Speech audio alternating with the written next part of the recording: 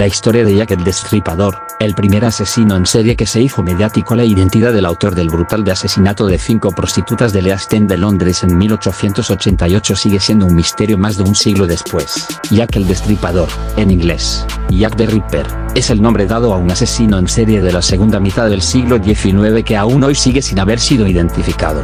Y se le atribuyen al menos 5 homicidios en el barrio londinense de Whitechapel en el año 1888 y cuyo modus operandi se caracterizaba por cortes en la garganta, mutilaciones en las zonas genital y abdominal, extirpación de órganos y desfiguración del rostro. Sus víctimas, las que se conocen al menos, fueron todas mujeres que se dedicaban a la prostitución. Por aquel entonces el barrio de Whitechapel se caracterizaba por tener problemas de delincuencia, racismo, prostitución y alcoholismo, por lo que no es de extrañar que la Policía Metropolitana de Londres solo imputara 5 asesinatos a Jack el Destripador. Sin embargo, hay indicios de que cometió algunos otros que nunca quedaron registrados. Desde que se empezaron a cometer los crímenes, la investigación policial fue ineficaz, posiblemente por el sitio en el que se estaban dando, por lo que nunca se pudo conocer cuál era la identidad del asesino, que continúa siendo un misterio a día de hoy. Si bien la elevada cantidad de ataques contra mujeres de East End en esa época complicó la averiguación de cuántos de esos asesinatos habían sido cometidos por un mismo individuo, la policía identificó 11 homicidios ocurridos en este distrito entre abril de 1888 y febrero de 1891. Aunque no existía certeza de que todos hubieran sido cometidos por la misma persona. Dado que 5 de estos crímenes se realizaron de la misma manera, estos pasaron a denominarse históricamente como los 5 canónicos. Las víctimas.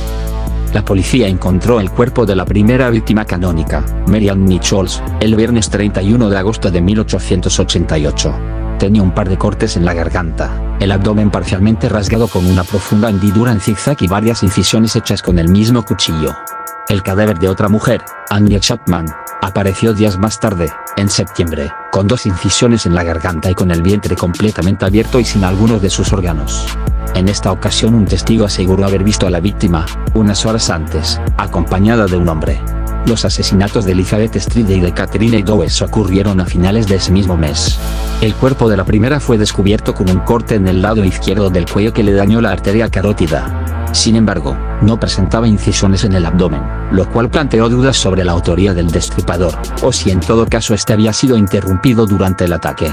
Un rato después se encontró el cuerpo de la segunda víctima con la garganta profundamente cortada y una incisión en el abdomen. También le habían acuchillado el rostro. En noviembre de ese mismo año apareció una nueva víctima, Mary Jane Kelly. La disposición de su cadáver era idéntica a todas las víctimas anteriores, por lo que la policía relacionó todos los casos. Además de los 11 asesinatos de Whitechapel, la opinión pública atribuyó otros homicidios a Jack el Destripador, aunque en algunos casos no hubo evidencia para corroborar que dichas muertes hubiesen ocurrido. La investigación para recabar información sobre los asesinatos, un extenso equipo de oficiales fueron de casa en casa preguntando a los vecinos. Mientras tanto se iba analizando todo el material forense hasta que se conseguían reunir a los sospechosos y en función de los resultados obtenidos después de someterlos a interrogatorios y análisis, los procesaban o los dejaban en libertad. Debido al tipo de heridas de las víctimas, la policía consideró inicialmente como sospechosos a los carniceros, cirujanos y médicos.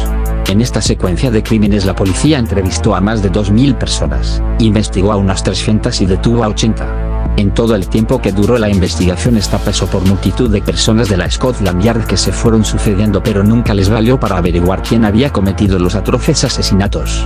El médico forense Thomas Bond, a quien le encargaron un estudio de los cadáveres, determinó que todos habían muerto a manos de la misma persona. Bond rechazó la idea de que el asesino contara con conocimientos científicos o anatómicos, o el entendimiento técnico de un carnicero o matarife, y en cambio argumentó que debía tratarse de alguien solitario, hipersexual y con ataques maniáticos, aunque no había evidencia de que se cruzara el sexo de por medio entre la víctima y el agresor. Ante la escasez de evidencia forense y las varias contradicciones de fuentes contemporáneas sobre el caso, resulta casi imposible esclarecer la identidad de Jack el Destripador, que aún hoy continúa siendo todo un misterio para la historia del crimen.